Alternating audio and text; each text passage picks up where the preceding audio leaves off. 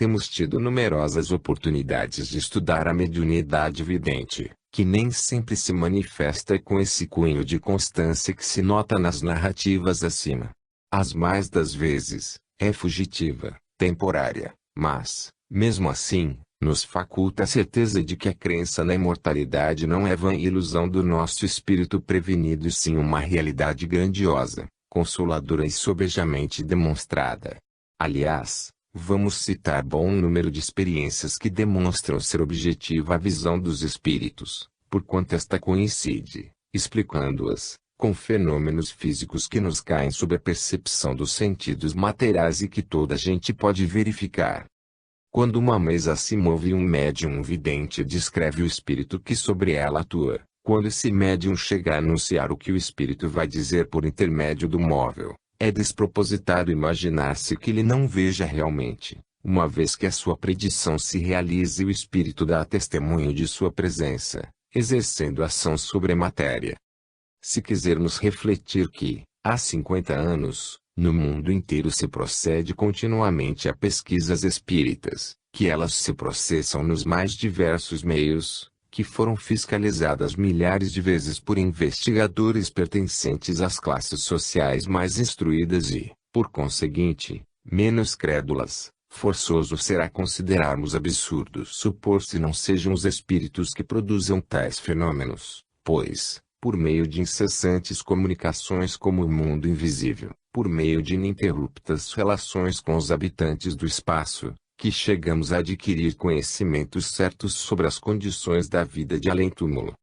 Lembremos-nos de que existem mais de 200 jornais publicados em todas as línguas que se falam no globo, que cada um prossegue isoladamente em seus trabalhos e que, malgrado essa prodigiosa diversidade quanto às fontes de informações, o ensino geral é o mesmo, em suas partes fundamentais.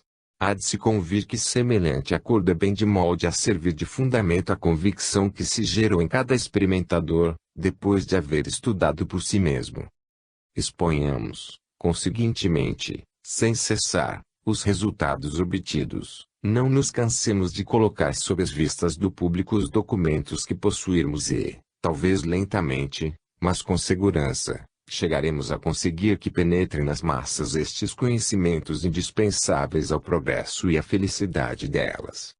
O envoltório da alma fez objeto de perseverantes estudos da parte de Allan Kardec. Ele próprio confessa que, antes de conhecer o Espiritismo, não tinha ideias especiais sobre tal assunto. Foram seus colóquios com os espíritos que lhe deram a conhecer o corpo fluídico e lhe proporcionaram compreender o papel e a utilidade desse corpo.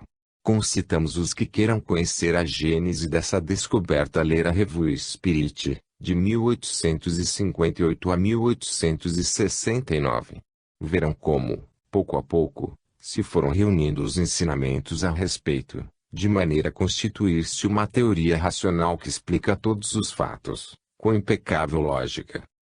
Não podendo estender-nos demasiado sobre esse ponto, limitar-nos-emos a citar uma evocação, que poderá servir de modelo a todos os investigadores que desejem verificar por si mesmos esses ensinamentos. Evocação do Dr. Blas. As perguntas eram feitas por Allan Kardec, sendo dadas pelo médium escrevente as respostas. P. Fazes alguma distinção entre o teu espírito e o teu perispírito? Que diferença estabelece entre essas duas coisas? R. Penso, pois que sou e tenho uma alma, como disse um filósofo. A tal respeito, nada mais sei do que ele. Quanto ao perispírito, é, como sabes, uma forma fluídica e natural. Procurar, porém, a alma é querer achar o absoluto espiritual. P. Crês que a faculdade de pensar reside no perispírito? Numa palavra, que alma e perispírito são uma e mesma coisa. R. É exatamente como se me perguntasses se o pensamento reside no nosso corpo. Um é visto, o outro se sente e concebe. P. Não és, então, um ser vago e indefinido, mas um ser limitado e circunscrito. R.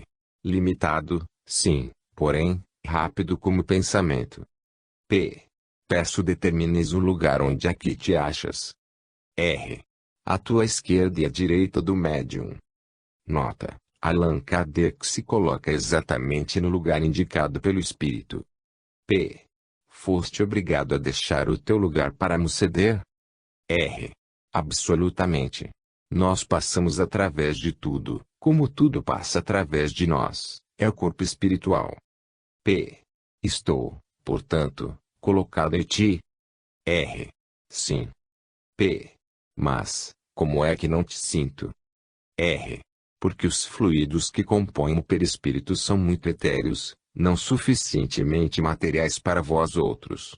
Todavia, pela prece, pela vontade, numa palavra, pela fé, podem os fluidos tornar-se mais ponderáveis, mais materiais e sensíveis ao tato, que é o que se dá nas manifestações físicas. Nota: suponhamos um raio de luz penetrando num lugar escuro. Podemos atravessá-lo, mergulhar nele, sem lhe alterarmos a forma, nem a natureza. Embora esse raio luminoso seja uma espécie de matéria, tão rarefeita se acha esta, que nenhum obstáculo opõe a passagem da matéria mais compacta. Evidentemente, a melhor maneira de chegar-se a saber se os espíritos têm um corpo consistia em perguntar-lhe. Ora, nunca, desde que se fazem evocações, alguém comprovou que os desencarnados hajam dado uma resposta negativa. Todos afirmam que o envoltório perispirítico é, para eles, tão real quanto o nosso corpo físico é para nós. Tem-se, pois, aí um ponto firmado pelo testemunho unânime de todos os que han sido interrogados, o que explica e confirma as visões dos sonâmbulos e dos médiuns. Chegamos assim a uma ordem de testemunhos que fazem com que ressalte das concepções puramente filosóficas o perispírito, atribuindo-lhe existência positiva. Um avarento no espaço. Desde o começo das manifestações espíritas, organizaram-se grupos de estudo em quase todas as cidades da França. Entregavam-se a pesquisas continuadas e os resultados obtidos se registravam quase sempre em atas, cujas súmulas eram enviadas à imprensa. A nossa doutrina, portanto, não foi imaginada. Constituiu-se lentamente a obra de Allan Kardec, resumindo essa imensa investigação. Mas não é do que a compilação lógica, o aproveitamento de tão vasta documentação. Aqui a narrativa de um dos fatos então apurados, conforme a publicou um jornal espírita de Bordeaux, em 1864. Toda a gente conheceu em Angoleme um homem de sórdida avareza, não obstante a sua posição de opulência, que todos sabiam magnífica. Chamava-se ele. E morava numa água furtada de sua casa, cujos demais cômodos permaneciam desabitados. Como os vizinhos não o vissem durante vários dias, chamaram a polícia, que mandou abrir a porta do aposento, para saber o que fora feito dele. Acharam-no quase a morrer. Tendo a cabeça um boné de papel meio queimado e encostado a uma mesa, estava o homem como que a contemplar algumas moedas de ouro ali espalhadas. No interesse do próprio infeliz, que já há muito se afastara de toda a sua família, a justiça mandou arrecadar o dinheiro que ele escondera aqui e ali pela casa, depositou-o num estabelecimento bancário e remeteu o pobre abandonado para um hospital, onde veio a falecer pouco depois. A uma primeira evocação feita alguns dias após sua morte, ele acudiu e declarou que absolutamente não estava morto e que queria o dinheiro que lhe haviam subtraído. Transcorridos muitos meses, no mesmo grupo, fez-se, a 25 de setembro de 1863, segunda evocação, com o concurso de 2 médiuns, escrevente um, vidente o outro em estado sonambúlico. Este último descreveu a fisionomia e as vestes do espírito evocado, a quem não conhecera em vida. Conversou com ele ou transmitiu as respostas que lhe eram dadas.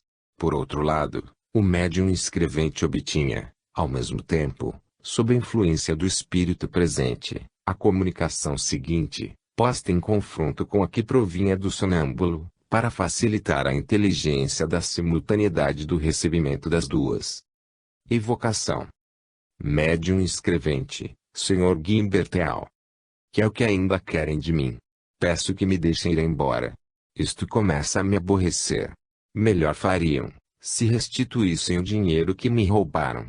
Acham que não é abominável? Eu que trabalhei toda a minha vida para encher uma pequenina bolsa honesta.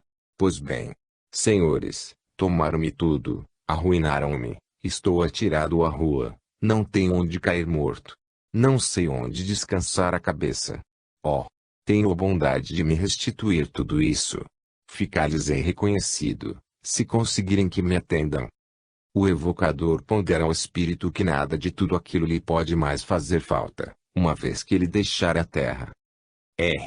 Você diz que nada me faz falta. É ter topete. Meu dinheiro, então, não é nada. P. Onde estás? Você bem o vê, a seu lado. P. Mas, por que te obstinas em procurar as tuas riquezas terrenas, quando devias antes cuidar de constituir um tesouro no céu? Oh, esta agora. Você devia dizer onde está esse tesouro que eu devo achar. Você é um péssimo farsista, sabe? P. Não conhece Deus? Não tenho essa honra. Quero o meu dinheiro.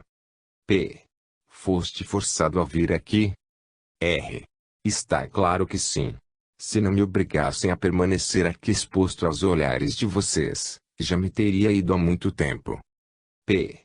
Aborrece-te então a nossa companhia? Muito. O lápis bate na mesa com tanta rapidez e tal violência, que se quebra. Médium vidente, senhora B. Vejo um velho ali escrever. É bem vil. Mas, como é vil? Não tem apenas dentes na boca. Tem enormes lábios pendentes. Traz um boné sujo de algodão, uma blusa, ou um casaco branco, também sujo. Como ele é vil, meu Deus. P. É ele quem está fazendo o que o Sr. Gimbertel escreva. Ele se encontra ao lado desse senhor. Mostra-se como alguém que é apedrejado. É um verdadeiro tigre. P. Ele foi obrigado a vir? Há alguém que o obriga. P. Por que não se vai embora, uma vez que tanto molesta a nossa companhia? Foi chamado. Isto pode contribuir para que conheça a sua situação. A sessão prossegue. Adormecido, o sonâmbulo descreve outros espíritos e nota, em seguida, um padre que vem manifestar-se. Logo, o médium escrevente recebe uma comunicação do padre C, que alguns presentes conheciam. Dita ele, vejamos. Vou fazer que o médium escreva calmamente algumas linhas, para que o vidente tenha tempo de me examinar em todos os sentidos. É preciso que me reconheçam pelos detalhes que ele fornecer sobre a minha pessoa. Isso vos porá em condições de acreditar que vem ajudar-vos os espíritos que evocais. Aqui, como se verifica, em manifesta ação do desencarnado, que se empenha e esforça por assinalar bem a sua personalidade. Vê coroada de êxito essa tentativa. Os assistentes reconhecem um eclesiástico da cidade, recentemente falecido, e a senhora B. Diz a um que a interroga, sim, vi outrora esse homem, é um cura. Gordo, corado. Não lhe sei o nome. Tem pouco cabelo, todo embranquecido. A visão sonambúlica confirma a autenticidade do agente que faz com que o médium escreva e demonstra o nenhum valor da teoria segundo a qual as comunicações procedem sempre do inconsciente de quem escreve. A narrativa que segue permite se comprove que o médium vidente é absolutamente incapaz de enganar e que, se a verdade rompe da boca da inocência, tem aqui aplicação esse provérbio. Visão de uma criança. O relato que se vai ler pelo professor Morgari, a 20 de outubro de 1863, na Sociedade dos Estudos Espíritas de Turim. Refere ele que, achando-se, no mês citado, em Fossano, travou relações com o professor P., homem muito instruído, que vivia imerso em profunda mágoa por haver perdido sua jovem esposa, que lhe deixara 3 filhinhos. Para lhe minorar a dor, o senhor Morgari falou-lhe do espiritismo. E o miser suole. Dar facile credenza que si vuole. Ficou então decidido que se tentaria obter uma comunicação da morta querida. Com 2 companheiros de estudos e uma sua irmã, o senhor Morgari se sentou à mesa, bem como o professor P. e uma irmã sua. Obtiveram estes o nome de um de seus parentes, um certo irmão Agostinho. Em seguida, veio outro espírito, o do pai deles, Luiz, o qual, além do nome, disse exatamente a idade com que falecera. Não será ocioso notar que tais nomes o Sr. Morgari e sua irmã, recém-chegados a Fossano, desconheciam completamente. Cedamos agora a palavra ao autor da narrativa. Se a experiência houvesse terminado aí, observa ele, eu nada vos diria, porquanto nada até então ocorrera que não fosse para nós outros muito vulgar. Mas, neste ponto é que começa o maravilhoso. O espírito da pranteada esposa, que viera dirigir tocantes palavras a seu marido, manifesta o desejo de ver os filhos que dormiam em aposentos contíguos e, de repente, a mesa entra a mover-se com uma rapidez qual eu antes nunca vira, deslizando e girando tão vivamente, que apenas 2 ou 3 dentre nós a podiam acompanhar, tocando-a com a ponta dos dedos. Penetrou em seguida no aposento mais próximo, onde uma das crianças, menina de 3 anos, dormia profundamente no seu berço. Acercando-se à mesa, como se fora dotada de vida e de sentimento, se inclina, no ar, para a criancinha que, sempre a dormir, lhe estende os bracinhos e exclama com essa tranquila surpresa que sobremodo nos encanta na meninice: mamãe! Oh! Mamãe! O pai e a tia, comovidos até às lágrimas, lhe perguntam se realmente está vendo a mãe. Estou, vejo-a. Como está bonita! Oh! Como está bonita! Perguntada onde havia, numa grande claridade. Responde: vejo-a no paraíso. Nesse instante, vimos a criança fazer com os bracinhos um círculo, como se quisesse abraçar-se ao pescoço de sua mãezinha, e, coisa surpreendente, entre os braços e o rosto da menina, havia só um espaço necessário a caber a cabeça da que fora sua mãe. Durante a cena, a menina movia brandamente os lábios, como se estivesse a dar beijos, até que, por fim, a mesa recaiu no chão, conservando-se o anjinho com as mãos juntas e inexprimível sorriso. Essa verdade pura, simples e leal, de que me faço fiador, assim em meu nome, como no dos meus companheiros, todos prontos a confirmar com suas assinaturas esta narrativa, conforme eu próprio faço. Esse testemunho de uma criança de 3 anos reconhecendo sua mãe não poderá ser suspeito, nem mesmo aos mais cépticos. Ninguém poderá ver aí qualquer sugestão, pois que a criança dormia e era aquela primeira vez que seu pai e sua tia se ocupavam com o espiritismo. O que ia é a confirmação da crença de que a mãe sobrevivia no espaço e continuava a prodigalizar seu amor ao marido e os filhos. Aqui vão outros exemplos, que corroboram os que acabamos de citar. Experiências do professor Rossi Pagnoni e do Dr. Moroni. Em 1889, foi publicado um volume muito sério, relatando as experiências espíritas desses senhores, continuadas em Pesaro, Itália, com grande apuro de observação científica. Dentre muitos fenômenos importantes, vamos referir os casos seguintes, que se enquadram completamente no nosso assunto. Servia de instrumento ao Dr. Moroni, para descrever os espíritos que se manifestavam por meio da mesa, uma mulher chamada Isabel Casetti, ótimo paciente hipnótico. Em muitas ocasiões, foi-lhe dado verificar que eram contrárias às crenças dos assistentes às indicações que a sonâmbula ministrava. Descrevia às vezes um espírito que absolutamente não era o que se evocava aí. Com efeito, a mesa deletreava um nome muito diverso do espírito que fora chamado. Eis aqui um exemplo.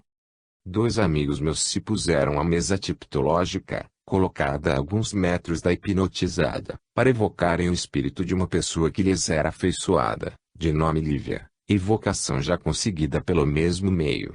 Enquanto isso, a hipnotizada fazia os sinais que costuma fazer quando vê um espírito, sinais que lhes são peculiares à faculdade. Moroni, eu e os outros assistentes, rodeando-a bem de perto, lhe perguntamos baixinho o que estava vendo. Respondeu: uma senhora, parente da pessoa menos alta das que estão sentadas à mesa. Supusemos que se enganava, porquanto, como sabíamos, aqueles amigos evocavam uma pessoa amiga, não uma parenta. De súbito, porém, a mesa bateu, soltou a tia Lúcia: venho porque te estimo. Com efeito, O assistente de menor estatura contava entre os seus mortos uma tia desse nome, no qual, entretanto, não pensava que o outro assistente não conhecia. Em seguida, o médium murmurou ao ouvido de Moroni que um rapaz, cujo nome começava por R, estava à mesa. Esta efetivamente bateu R, primeira letra do nome do rapaz, que nos saudou. Depois, ouvimos na biblioteca um grande ruído e o médium, a sorrir, disse que fora aquele espírito, que nos quisera dar sinal da sua partida.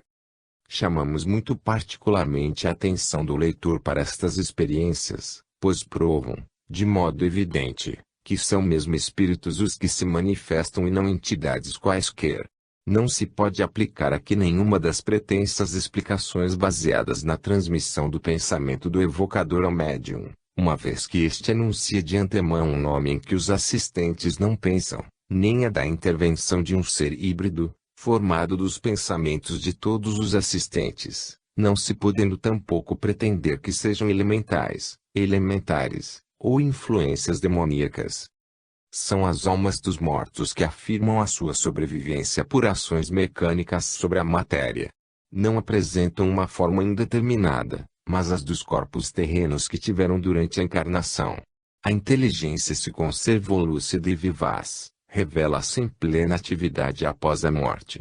Temos em nossa presença o mesmo ser que vivia outrora neste mundo e que apenas mudou de estado físico, sem nada perder da sua personalidade de outrora.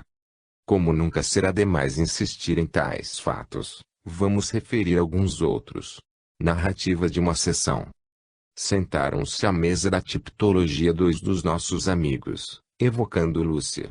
A primeira letra batida lhes fez crer que conseguiriam o que desejavam, mas o médium segredou ao ouvido de Moroni, que tomou nota num pedaço de papel, dobrou e colocou em cima da mesa, que, em vez de Lúcia, era o espírito de Lívia que batia, dizendo obrigado.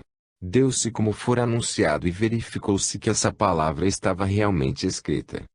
O médium pediu a Moroni que tomasse o lugar de um daqueles senhores à mesa tipológica. Ele assim fez e outra pessoa se colocou ao lado do médium e lhe perguntou o que via. O interrogado respondeu de maneira a não ser ouvido pelos demais, e a irmã do doutor. A mesa, com efeito, bateu, Assunta, nome de uma falecida irmã de Moroni e que lhe pediu permanecesse à mesa. Então, disse o médium, ao ouvido do amigo que se lhe pusera ao lado, que o pai do doutor desejava comunicar-se. A mesa bateu estas palavras: sou teu pai e posso qualificar de ditoso este momento em que me acho contigo. Eis outro relato, em que não é menor evidência, do que nos últimos casos reproduzidos. Após alguns ensaios de tipologia, declarou o médium que o pai de um senhor ele desejava falar-lhe. Fizemos que o senhor ele se levantasse da mesa e lhe solicitamos que tentasse escrever na outra mesa, visto que um espírito queria comunicar-se por seu intermédio, e o rodeamos, para auxiliar nessa primeira experiência. Dois de nós nos aproximamos do médium e lhe perguntamos quantos espíritos via no momento ao nosso derredor. Respondeu que via 3, o que já fora indicado, e 2 senhoras, sendo uma delas tia daquele que o interrogava. Trazendo este consigo um retrato dessa tia, misturou com outras fotografias, que pudemos reunir, de senhoras, e as entregou todas ao médium. Este, sem as examinar, o que, aliás, não podia fazer, devido à meia obscuridade reinante no canto onde estávamos da sala, não podendo, tampouco, ser, como dizem, sugestionado pelo interrogante, uma vez que não via as fotografias e não sabia em que ordem o acaso as dispusera, separou-me e a entregou ao referido interrogante. Era da sua parenta, ao senhor ele. Deu o médium pormenores íntimos sobre seus negócios de família. Como estrangeiro que era, o senhor ele residia de pouco tempo na nossa cidade. Seu pai morrera havia uns 20 anos. Para concluir as brevíssimas citações desse importante trabalho, vamos dizer de que modo o Dr. Moroni foi levado a estudar os fenômenos espíritas. Quando ele era ainda simples magnetizador, para quem todas as imagens que o sonâmbulo dizia ver não passavam de alucinações, um dos primeiros fatos que o fizeram começar a crer foi o seguinte. Uma noite, Estando magneticamente adormecido, o médium exclamou de súbito, agitando um braço: "Aí!" Perguntando-lhe Moroni: "Que há?" Ela respondeu: "Foi Isidoro que me beliscou." Isidoro era um irmão de Moroni, falecido havia alguns anos. O médico descobriu o braço do médium e lá encontrou, com efeito, uma marca semelhante à que deixa a pressão de 2 dedos na epiderme. Até aí, porém, nada de espantar, porquanto o que se dera podia muito bem ser o resultado de uma autossugestão da própria senhora. Disse-lhe então Moroni: "Se é verdade que meu irmão se acha presente aqui, dê-me ele uma prova disso." Respondeu o médium, a sorrir: "Olhe lá." Apontava com o dedo para uma parede que lhe ficava muito distante. O médico olhou e viu um cabide, ali dependurado num prego, mover-se vivamente para a direita e para a esquerda, como se uma mão invisível empurrasse num e no outro sentido. Aqui a afirmativa do médium é confirmada, corroborada por uma manifestação material. Podemos certificar-nos, pelos exemplos precedentes, que os fenômenos não se originam de uma exteriorização do médium, pois que o ser que se manifesta revela coisas que aquele ignora. Não se pode igualmente invocar a transmissão do pensamento. Primeiro, porque os movimentos da mesa se produzem sem que o médium a toque, indicando esses movimentos, previamente enunciados, um nome em que os assistentes não pensam. Segundo, porque a transmissão do pensamento podia efetuar-se entre o magnetizador e o seu paciente, como relata o Dr. Moroni, que não conseguiu fazê-lo pronunciar o nome Trapani, em que ele pensava energicamente. Com mais forte razão, não se pode conceber como haveria o médium de ler o pensamento dos assistentes, que lhe são por completo estranhos e com os quais não se põe em relações magnéticas. Diante de tais fenômenos, a incredulidade, se é sincera, tem que depor as armas. Há indivíduos, porém, subjugados a tal ponto pelo orgulho, que se envergonhariam de confessar um erro. São retardatários, tanto pior para eles. Restam inúmeros pesquisadores sem ideias preconcebidas, para que tomemos a peito comunicar-lhes as nossas descobertas. Basta, aliás, a quem quer que seja, prosseguir nesses estudos com o firme desejo de instruir-se, para estar certo de adquirir uma convicção racional, baseada em fatos pessoais. Sobeje uns exemplos. Julgamos de bom aviso pôr sob as vistas do leitor caso recente, para mostrar que as manifestações se dão em todos os meios. Tudo está em saber e querer suscitá-las. Tipologia e evidência. Caro Senhor, ao regressar de Caém, fui passar alguns dias na casa de meu irmão em Melchim, pequena aldeia do Pass de Calais. Como minha família me sabe muito amante do espiritismo, como me vê ditoso por lhe praticar os preceitos, mil perguntas me dirigem os seus membros constantemente sobre o assunto, perguntas a que respondo de modo a fazer que nasça nos que me ouvem o desejo de levantar uma ponta do véu que nos oculta os esplendores de além-túmulo. Foi em virtude dessas palestras que meu irmão organizou uma reunião para a qual convidou seus amigos, honestos camponeses, que não se fizeram de rogado para assistir a ela. Havia uma quinzena de pessoas, todas escolhidas entre a gente bem reputada da aldeia. Aguardando a hora marcada para a evocação, palestra-se um pouco. Cada um narra fatos mais ou menos singulares de que foi testemunha no curso de sua existência e que me permitem deduzir, incidentemente, a conclusão de que as manifestações espíritas são muito mais frequentes do que se imagina. Às 8 horas, pus-me a ler algumas passagens do Livro dos Espíritos, procurando atrair os bons espíritos. Dirijo ao Todo-Poderoso uma curta invocação que os circunstantes ouvem em profundo recolhimento. 3 pessoas têm as mãos pousadas sobre uma mesa pequena, que, ao cabo de 10 minutos, entra a mover-se. P. É um espírito. Bato uma pancada para o sim e 2 para o não. R. Sim. P. Queres dizer-nos o teu nome? Vou pronunciar as letras do alfabeto. Bate no momento em que eu pronunciar a letra que desejas fique escrita. R. Maria José. E minha mãe, exclama um dos assistentes, o senhor Salvage. Acabo de ver-lhe o espectro diante de mim, mas passou apenas e logo desapareceu. P. S. De fato, a mãe do Senhor Salvage? R. Sim. Baixa-se a luz, ficando, porém, bastante claridade para que possamos ver o que se passa. Salvage declara, ao cabo de alguns minutos de espera, que está vendo muito distintamente sua mãe, falecida a 24 de maio de 1877. P. Podes, perguntei ao espírito, fazer que teu filho te ouça? R. Ela me acena com o dedo, diz o Senhor Salvage. Não sei o que quer dizer. Ah! Ouço-lhe a voz, ouço-a muito bem. P. Que diz ela? R. Ditosa, diz que é ditosa. P. Ao espírito, não precisas que oremos por ti? R. Sim, isso sempre nos dá prazer. Estou fatigada, boa noite, voltarei do outra vez. Logo depois dessa visão, a mesa se põe de novo em movimento. Dá pulos tão violentos que nos assustam. Aumentada a luz, oramos em favor do espírito que assim acusava a sua presença e pedimos a Deus, bem como aos nossos guias invisíveis, que continuassem a dispensar-nos seu amparo, a fim de que outras visões se produzissem. Outro espírito se anuncia pela mesa, dizendo-se o da primeira mulher do Sr. Gregory, presente à sessão. P. Poderias mostrar-te ao Senhor Salvage? R.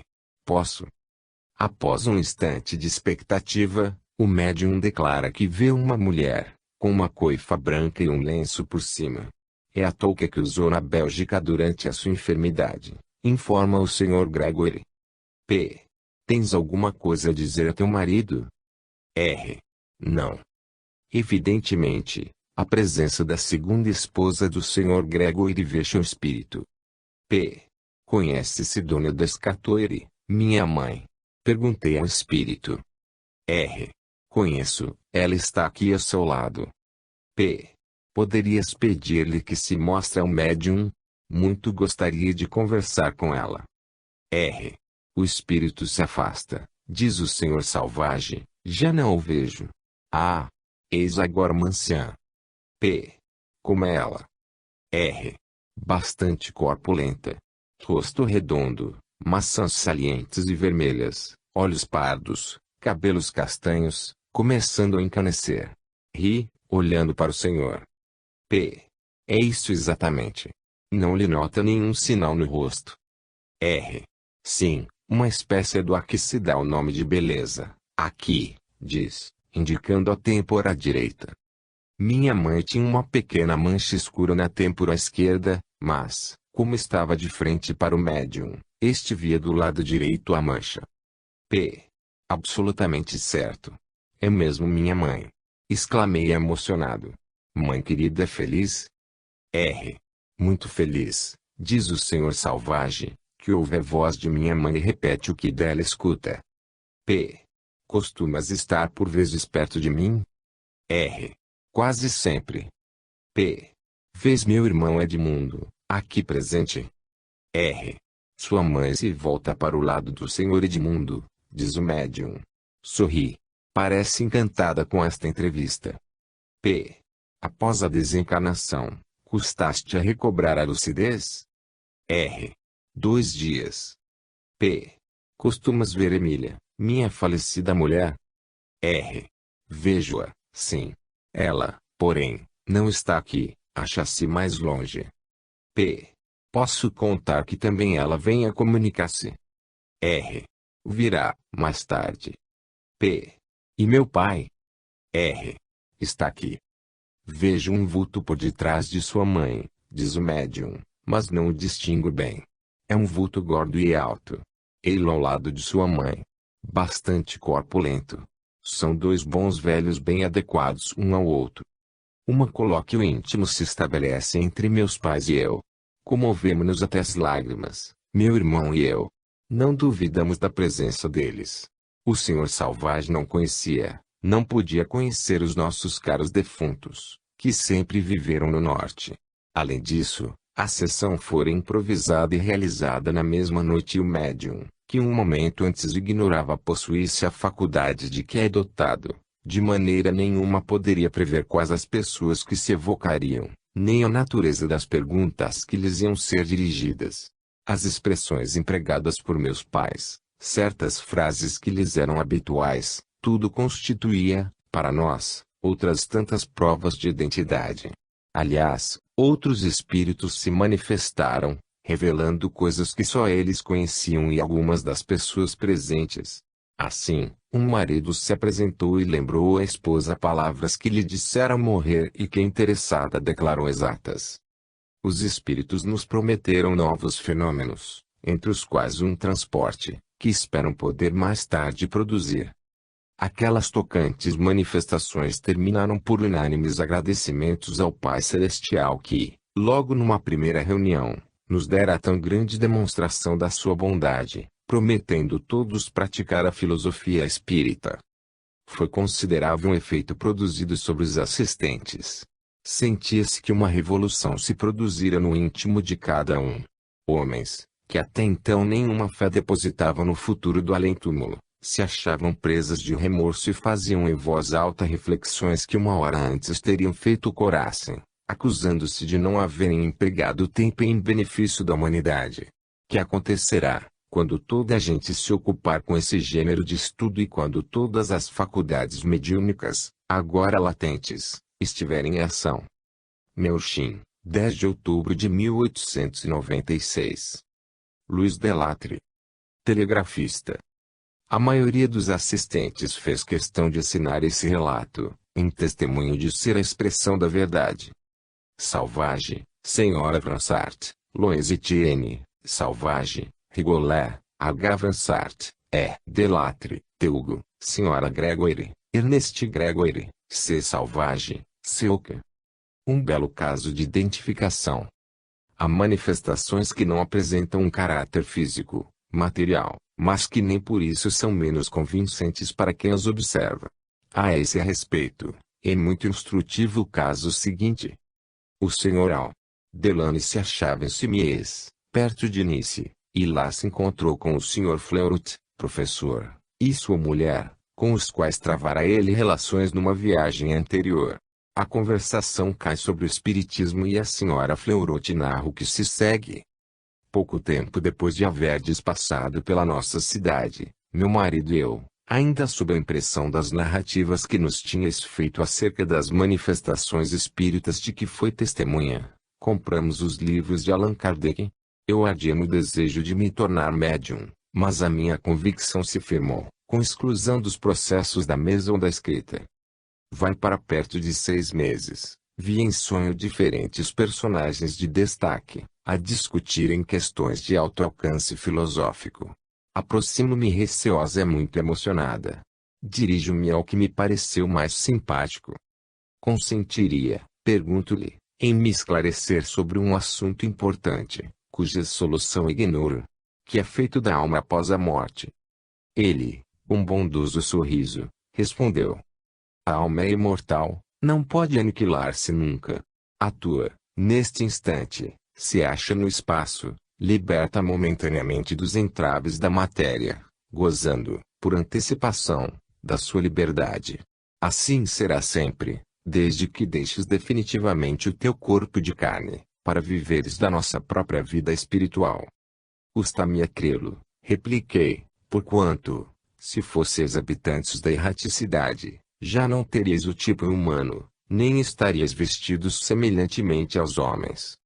Retrucou-me ele: se a ti nos apresentássemos sob uma forma inteiramente espiritualizada, não terias apercebido da nossa presença, tampouco nos houveras reconhecido. Reconhecer-vos, dizeis? Nada, porém, me faz lembrar as vossas fisionomias e nenhuma recordação guardo de já vos ter visto alguma vez. Estás bem certa disso? Então, que maravilha! Aquele que me respondia foi de súbito banhado de claridade por uma intensa luz fluídica e, em pérolas elétricas, um nome se lhe formou por cima da cabeça e eu li, deslumbrada e encantada, o nome venerado de Blaise Pascal. De tal modo gravado se acha em mim o seu semblante, que jamais se me apagará da memória, enquanto eu viva. Como nunca, em parte alguma, me fora dado ver a fotografia do ilustre sábio, cuidei, ao despertar, de correr, juntamente com meu marido, a quem logo referi o meu singular sonho, às casas dos vendedores de estampas. Fomos a de Visconti, o mais afamado livreiro de Nice, para comprar o retrato de Blaise Pascal. Ele nos mostrou diversas gravuras representando o grande homem, porém, nenhuma reproduzia os traços do desconhecido que me falara. Ali estavam, com efeito, a sua figura cheia de nobreza, seus grandes olhos, o nariz aquilino, a cabeça coberta por soberba peruca ondulada, mas, em nenhuma daquelas imagens descobria a pequenina deformidade do lábio inferior, para a qual a minha atenção fora particularmente atraída durante a visão. O lábio era um pouco arregaçado, tal como se o defeito fosse consequência de um acidente qualquer, na mocidade.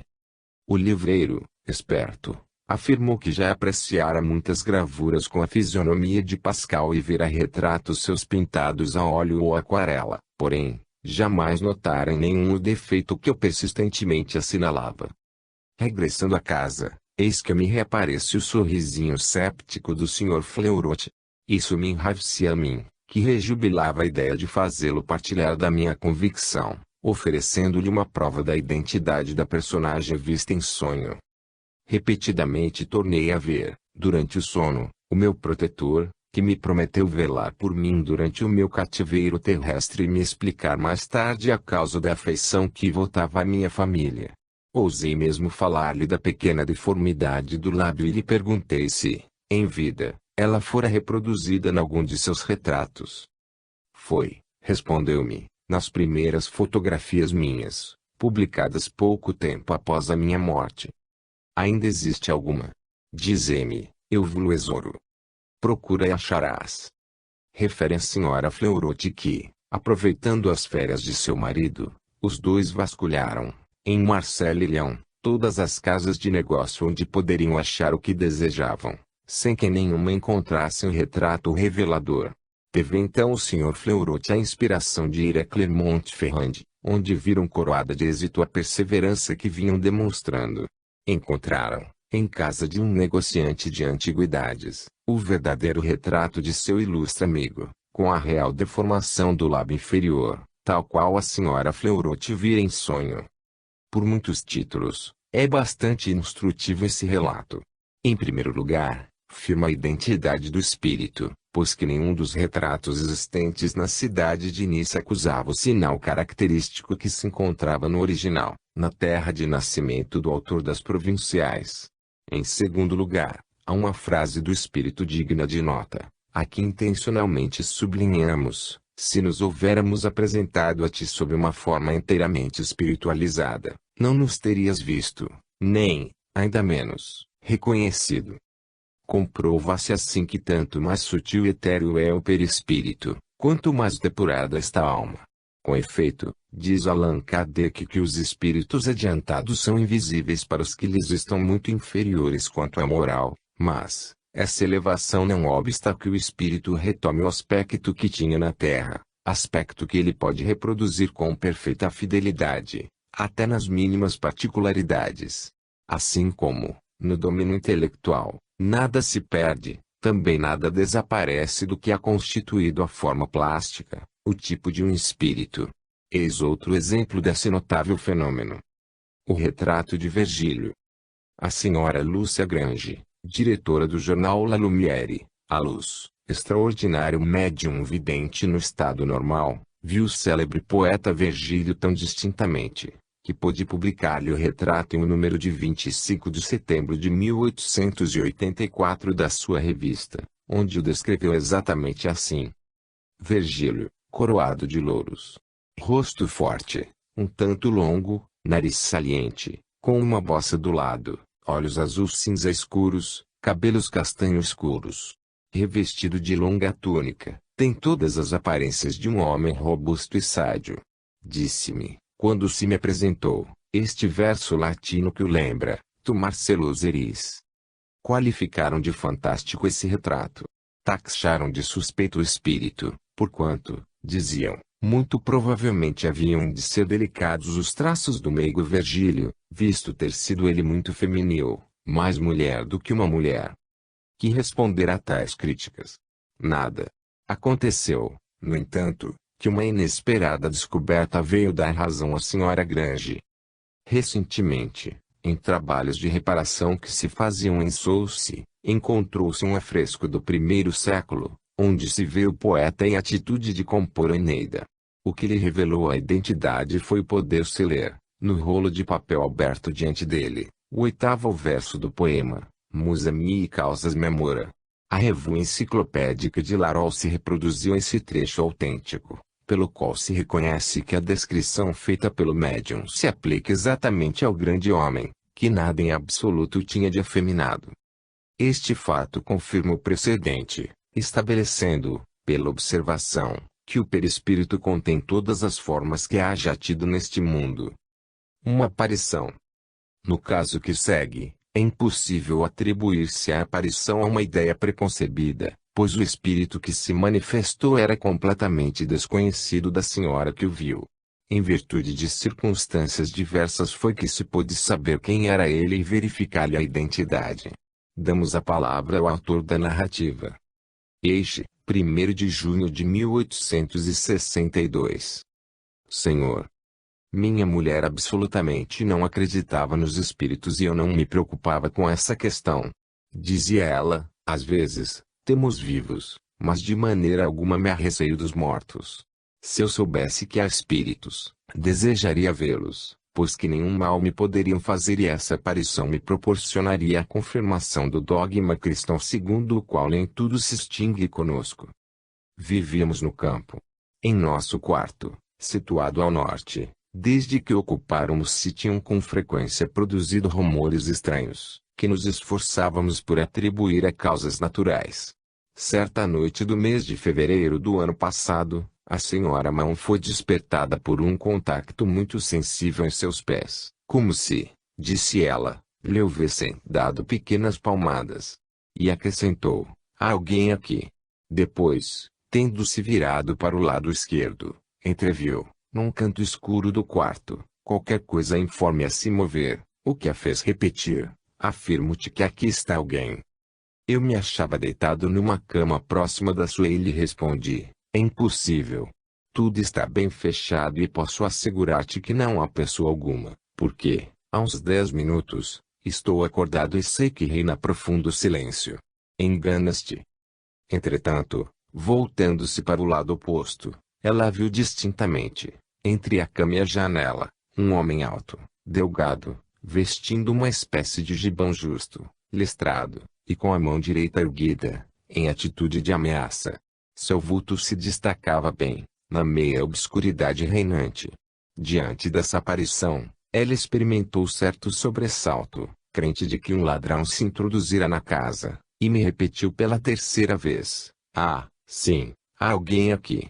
Ao mesmo tempo, sem perder de vista um só instante a aparição, que se conservava imóvel, cuidou de acender a vela.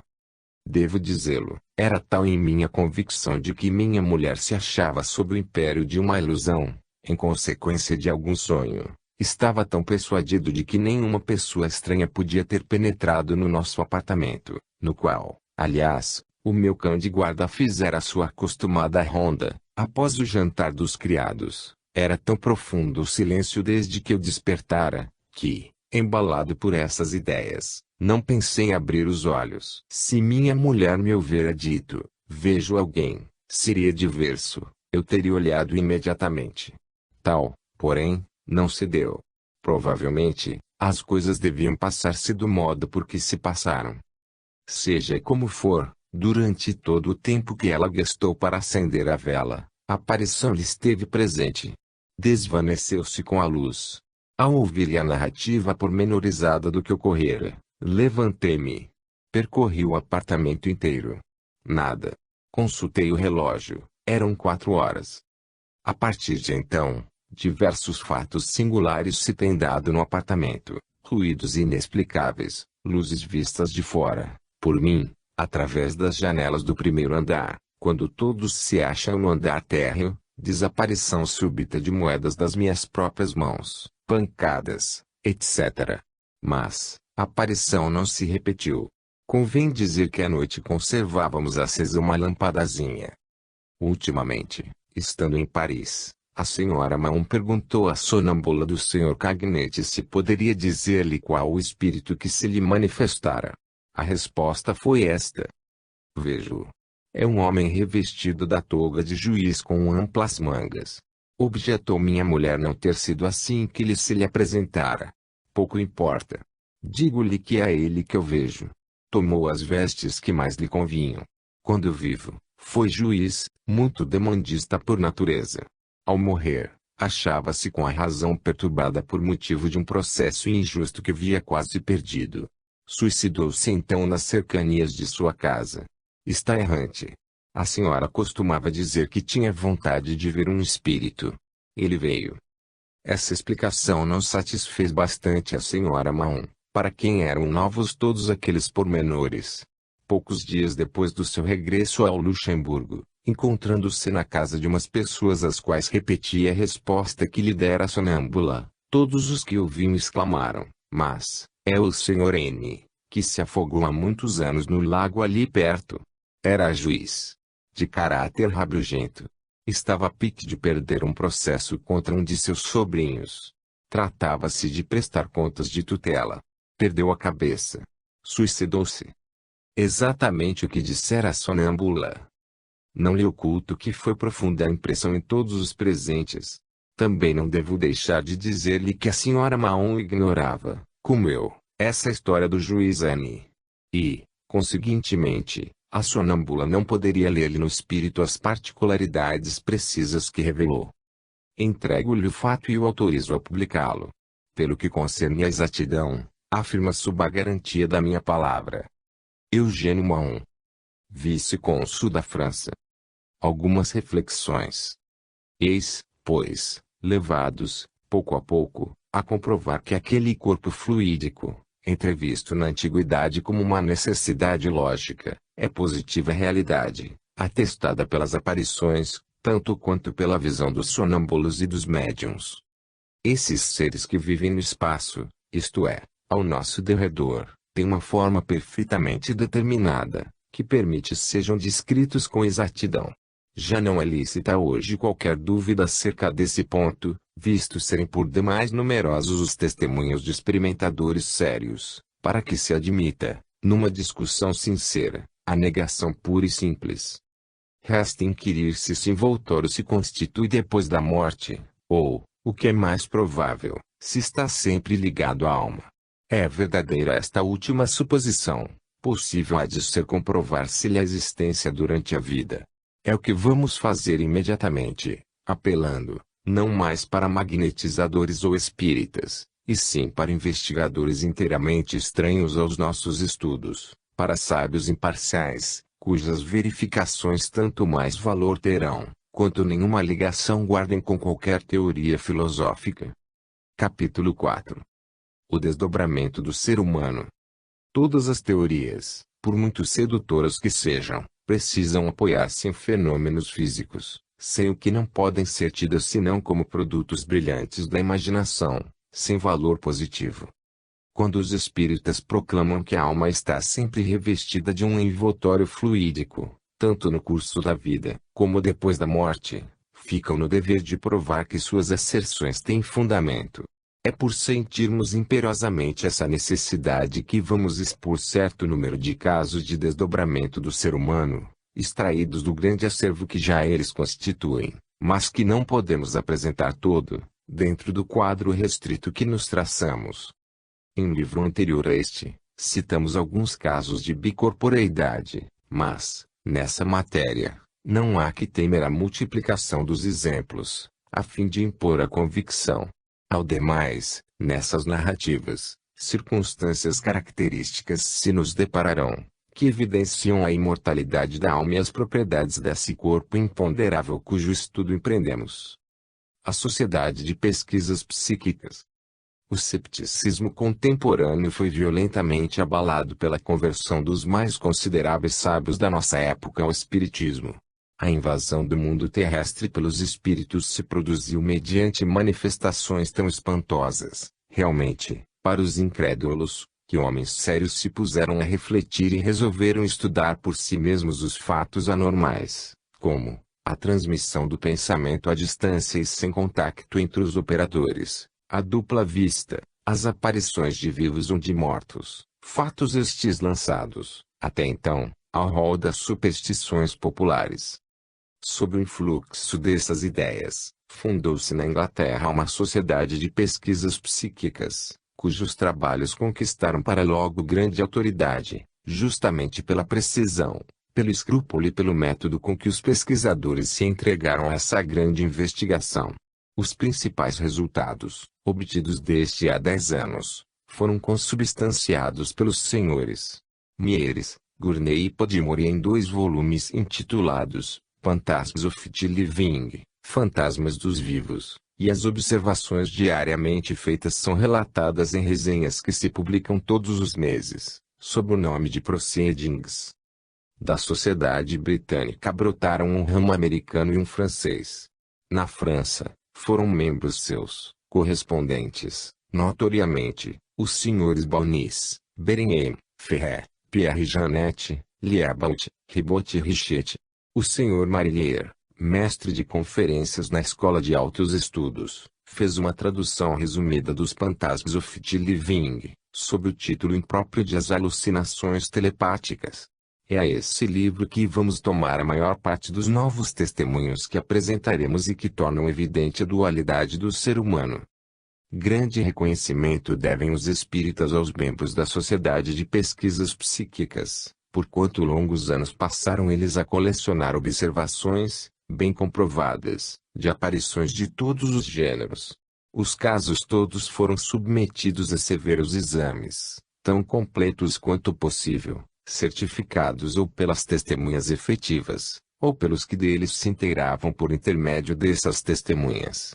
Dados o alto valor dos investigadores, as precauções que tomaram para eliminar as causas de erros, achamo-nos em presença de considerável coletânea de documentos autênticos, sobre os quais podemos assentar os nossos estudos.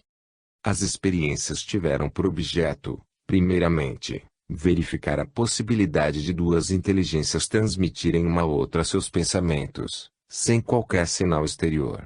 Obtiveram-se resultados notáveis e essa ação de um espírito sobre outro, sem contato perceptível, foi denominada telepatia. Mas, de pronto, o fenômeno assumiu outro aspecto, desenvolveu-se a tal ponto, que alguns operadores, em vez de apenas transmitirem seus pensamentos, se mostraram aos que tinham de recebê-los, havendo, pois, verdadeiras aparições. Como poderiam tais fatos ser explicados? Não sendo espíritas, não admitindo a existência da alma qual a define o espiritismo, viam-se constrangidos os experimentadores a formular uma hipótese. Adotaram esta: o paciente impressionado não tem uma visão real, mas apenas uma alucinação, isto é, imagina ver uma aparição, como se visse uma pessoa comum, não sendo exterior o fantasma, não existindo senão no cérebro do aludido paciente. A visão é subjetiva, ou seja, interna e não objetiva. Entretanto, essa ilusão psíquica coincide com o fato verdadeiro, a ação voluntária do operador. Daí o lhe chamarem alucinação verídica ou telepática. Como se multiplicassem as observações, notaram em seguida que a vontade consciente do agente não era necessária e que um indivíduo podia aparecer a outro, sem desígnio previamente determinado. São essas coincidências, entre uma visão e um acontecimento verídico ligado à mesma visão, que constituem a maioria dos depoimentos registrados nos Phantasms of the Living. Se nos fosse possível passar em revista todos os fenômenos de ações telepáticas referidas nos 2 livros citados e nos Proceedings, fácil nos seria demonstrar que a hipótese da alucinação não é absolutamente de molde a explicar todos os fatos. Podemos, com o grande naturalista Alfred Russel Wallace, destacar dessas narrativas 5 provas da objetividade de algumas de tais aparições. Primeira, a simultaneidade da percepção do fantasma por muitas pessoas. Segunda, ser, aparição, vista por diversas testemunhas, como se ocupasse diferentes lugares, por efeito de um movimento aparente, ou, então, ser vista no mesmo lugar, sem embargo do deslocamento do observador. Terceira, as impressões que os fantasmas produzem nos animais. Quarta, os efeitos físicos que a visão produz. Quinta, poderem as aparições ser fotografadas, ou terem sido